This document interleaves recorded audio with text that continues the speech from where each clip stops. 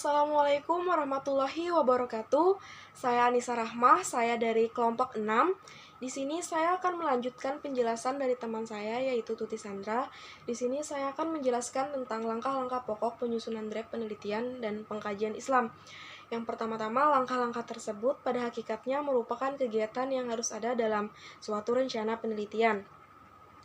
Kemudian, aspek-aspek yang harus ada dalam rencana penelitian, yang pertama, pemilihan persoalan, yang kedua, penentuan rumusan lingkup penelitian, yang ketiga, pemeriksaan tulisan-tulisan yang bersangkutan, yang keempat, perumusan kerangka teoristis, yang kelima, penentuan konsep-konsep, yang keenam, perumusan hipotesis-hipotesis, dan yang ketujuh, pemilihan metode pelaksanaan dalam penelitian, dan yang terakhir, perencanaan sampling.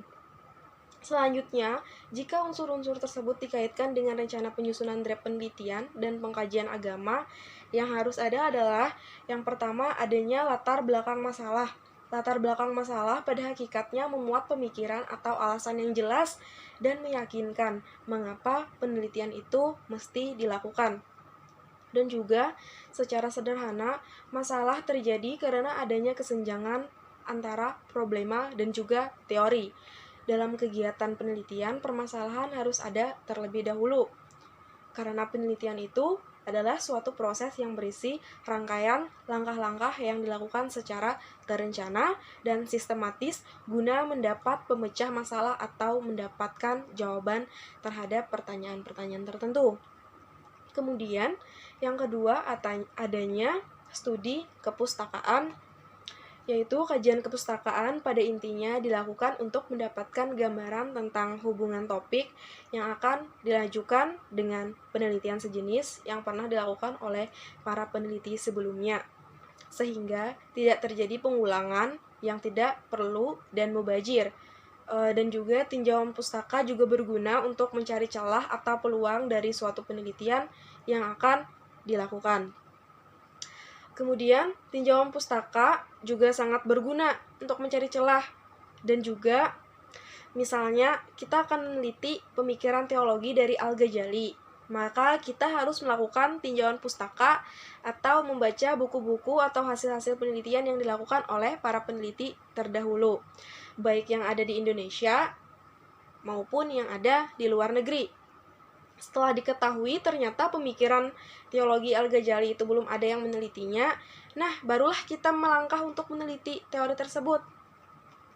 Lanjut, yang ketiga, landasan teori hipotesis.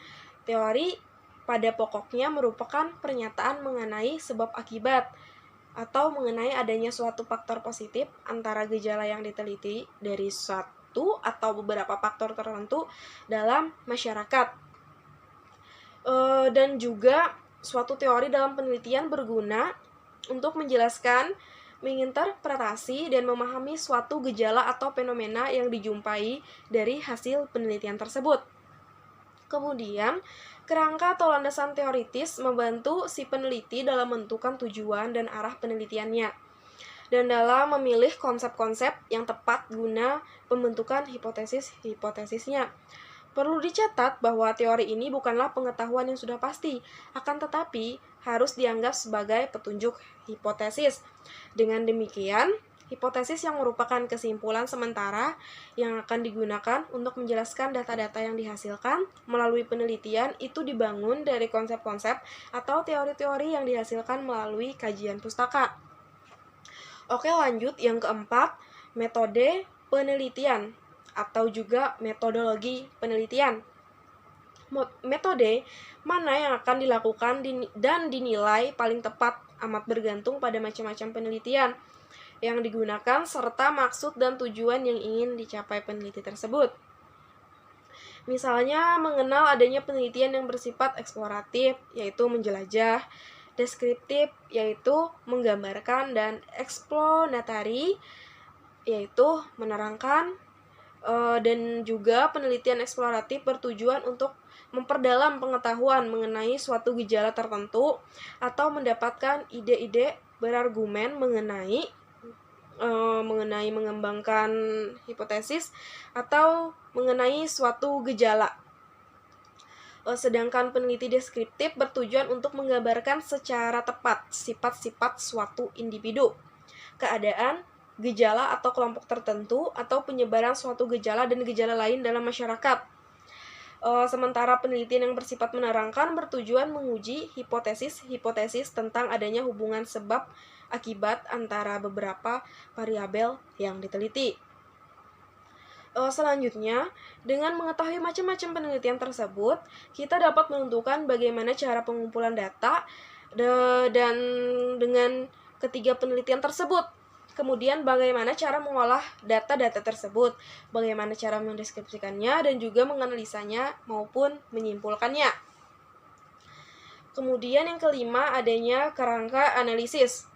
Nah, di sini menganalisis data merupakan suatu langkah yang sangat kritis dalam suatu penelitian. Penelitian harus memastikan kerangka dan pola analisis mana yang akan digunakan. Kemudian, apakah analisis statistik ataukah analisis non-statistik? Pemilihan ini tergantung kepada jenis data yang dikumpulkan. Analisis statistik dengan data kuantitatif atau data yang dikuantitatifkan, yaitu data dalam bentuk bilangan. Sedangkan analisis non-statistik itu tersebut sesuai untuk data deskriptif. Lanjut, materi selanjutnya yaitu pendekatan yang digunakan. Pendekatan dapat diartikan sebagai suatu cara pandang yang digunakan untuk menjelaskan suatu data yang dihasilkan dalam penelitian. Suatu data hasil penelitian dapat menimbulkan pengertian dan gambaran yang berbeda-beda, bergantung kepada pendekatan yang digunakan.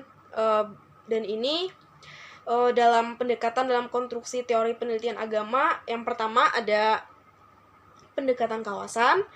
Pendekatan kawasan sendiri yaitu pendekatan ini dapat digunakan untuk menjelaskan hasil penelitian tentang suatu masalah menurut wilayah di mana masalah tersebut terjadi. Dan yang kedua yaitu pendekatan perbandingan. Pendekatan ini mengkaji bidang keilmuan dengan cara membandingkan berbagai pendapat atau aliran yang ada dalam ilmu tersebut, sehingga dapat diketahui persamaan dan perbedaannya. Kemudian, yang ketiga adanya pendekatan topikal, yaitu pendekatan ini mengkaji suatu masalah dalam satu bidang ilmu pengetahuan dengan cara mengelompokkannya dalam topik-topik tertentu atau tema-tema yang terdapat pada masing-masing disiplin keilmuan. Kemudian, pendekatan ini biasanya banyak digunakan untuk mengkaji suatu pemikiran yang bersifat normatif atau ajaran. Dari kajian telaah konstruksi teori penelitian agama ini, terlihat bahwa penelitian agama amat mungkin dilakukan. Karena di samping agama itu banyak sekali aspek-aspek yang dikaji, juga ilmu penelitian dengan berbagai perangkat yang terkait dengan digunakannya untuk meneliti agama. Mungkin itu saja yang dapat saya sampaikan.